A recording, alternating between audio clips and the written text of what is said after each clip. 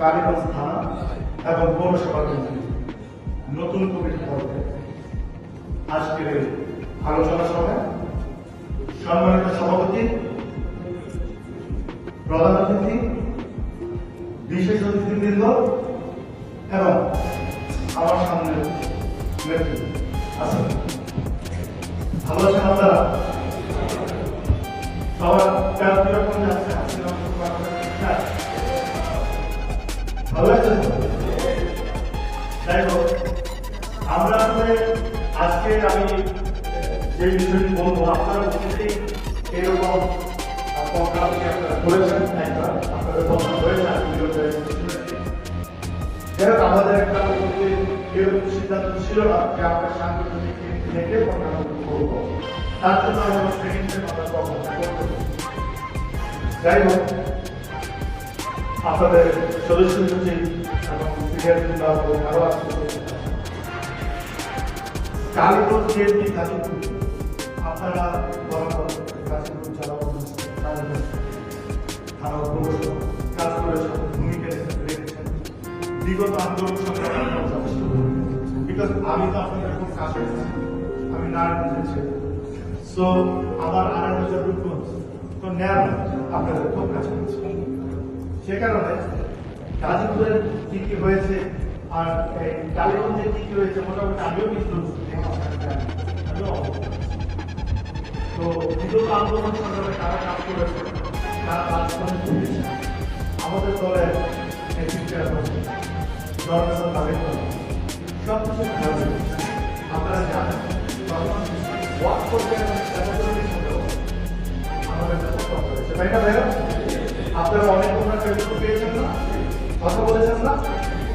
যাই হোক, আপনারা এটা মনে করেন তিনি যদি আপনাদের ওয়ার্ড পর্যায়ে, ইউনিয়ন পর্যায়ে কথা বলতে পারেন, তাহলে তিনি তো আপনাদের সার্বিক খোঁজখবর রেখেই আপনাদের সাথে যোগাযোগ করেছে, ঠিক না?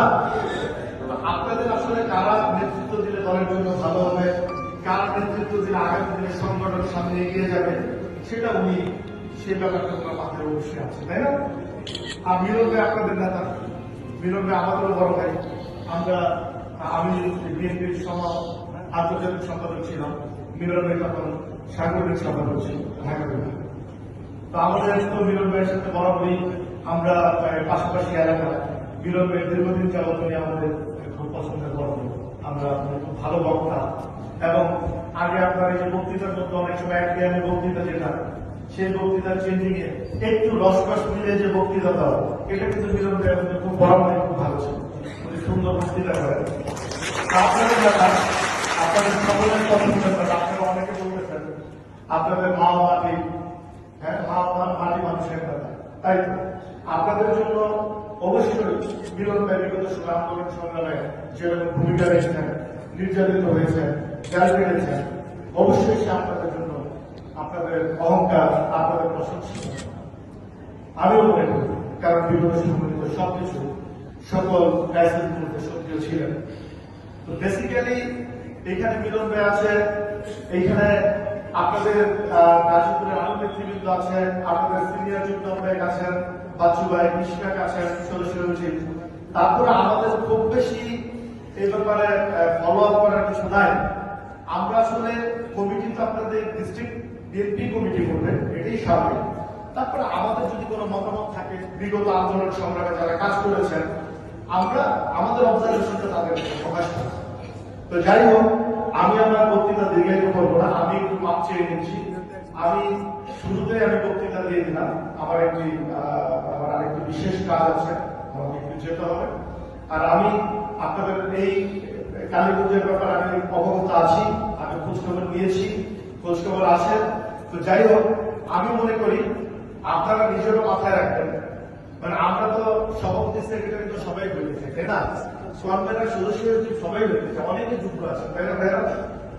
আমাদের যে কোনো একটি প্রোগ্রামে আমাদের রাষ্ট্রের প্রধান অতিথি কালিয়াগঞ্জ প্রোগ্রামে তিনি বলেছেন যে একটা তার একজনই একটি নির্দিষ্ট পোস্ট একজনের বেশি দুইজনকে দেওয়া সম্ভব না।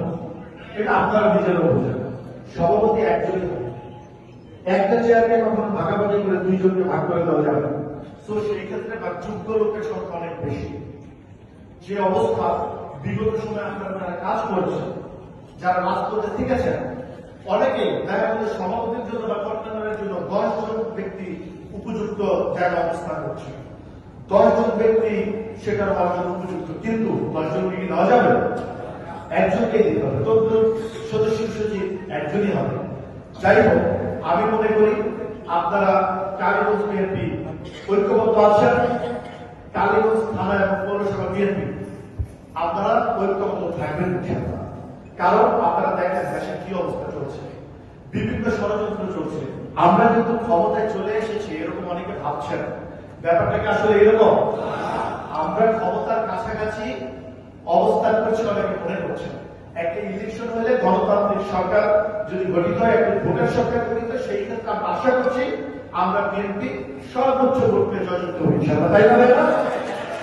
যাই হোক, কিন্তু সেই জায়গা পৌঁছানোর পূর্ব পর্যন্ত দেশে কিন্তু অনেক ষড়যন্ত্র হচ্ছে। আপনারা দেখছেন কিছু কিছু দল আজকে যারা কথা বলছে, কিছু কিছু দলের মানুষ, কিছু কিছু দলের গোষ্ঠী, তাদের সারা দেশে এজেন্ট দেওয়ার মতো লোক নাই, কিন্তু কথা কিন্তু খুব বড় বড় বলছে না।